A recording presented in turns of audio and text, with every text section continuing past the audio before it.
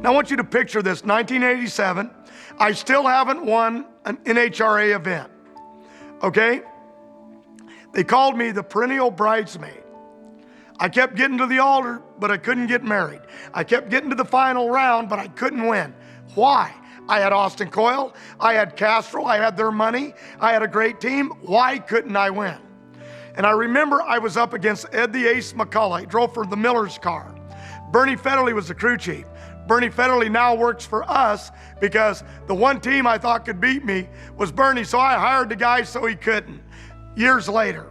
But you gotta picture this. It's final round, I'm in Montreal, big old smoky burnouts, Coyle saying it's the final, we got here, this could be it. Of course, it's the perennial thing in my mind, I never win the bridesmaid, right?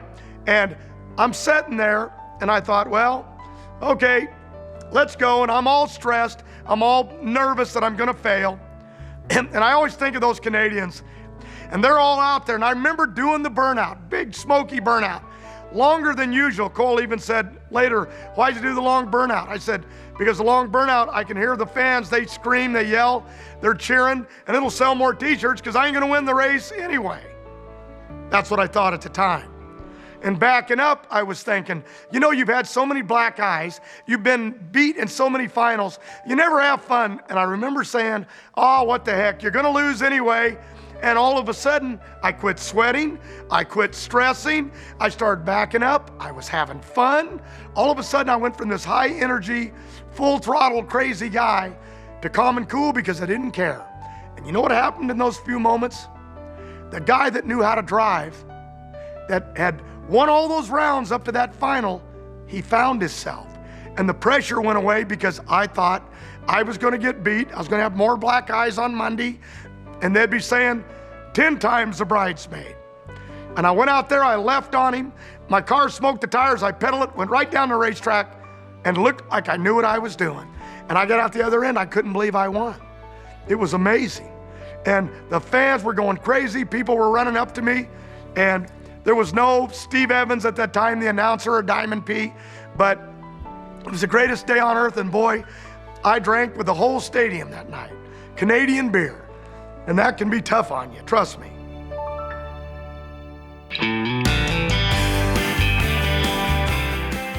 '88, Columbus, Ohio, trying to get the second win on the NHRA circuit.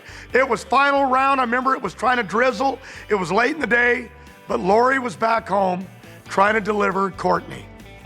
And here I was trying to win the Wally, and she's trying to give me a new baby girl. And I was in a panic. Got to get down that racetrack. Once again, this is what taught me my trade, that if your focus goes away on something else, it takes away the pressure and it makes you a better driver. And I teach that to my own drivers today. You've got to get rid of that pressure, you can't win. And buddy, I wasn't thinking about winning that race. I was thinking about getting it over. Down that racetrack, got that Wally. NHRA set up a cavalcade of police cars to get me to the airport, got me back into LA, up to the hospital. I delivered the Wally, Lori delivered Courtney. A guy couldn't ask for a better day. Even though Dad was away from home a lot, when he did come home, he made up for it because we always would have a lot of fun and get to stay up late and, you know, miss school to go to Disneyland. I mean, he was that kind of a dad that tried to do anything to make up for being gone a lot, which meant we got to be really irresponsible when he was home. Eat ice cream for dinner, you know, anything was free to go. And then as soon as Dad would go back on the road, Mom would reel us back in. We love doing it. John supports the sponsors more than anybody I've ever seen.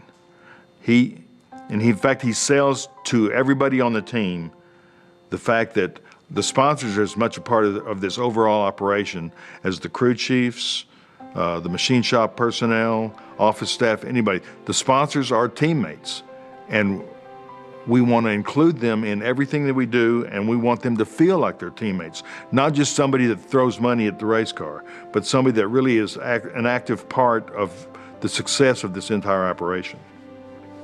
I've always said that, you know, you've got to have a great team, but you got to have financial backing. And that was Castrol. You know what I mean? 25 years, that's huge. The financial backing that they gave me to hire Austin Coyle, and then Bernie Federley. And then as the teams grew with John Medlin, Jimmy Prock, Dean Antonelli, Ron Douglas, Mike Neff, it goes on and on. And of course, Robert Height driving for us, Ashley. I was able to get the right people. But what do you do with the right people? You create teamwork. The same thing that we had in our family, my brothers and sisters. Teamwork that my mom and dad taught us. That I went into high school playing football.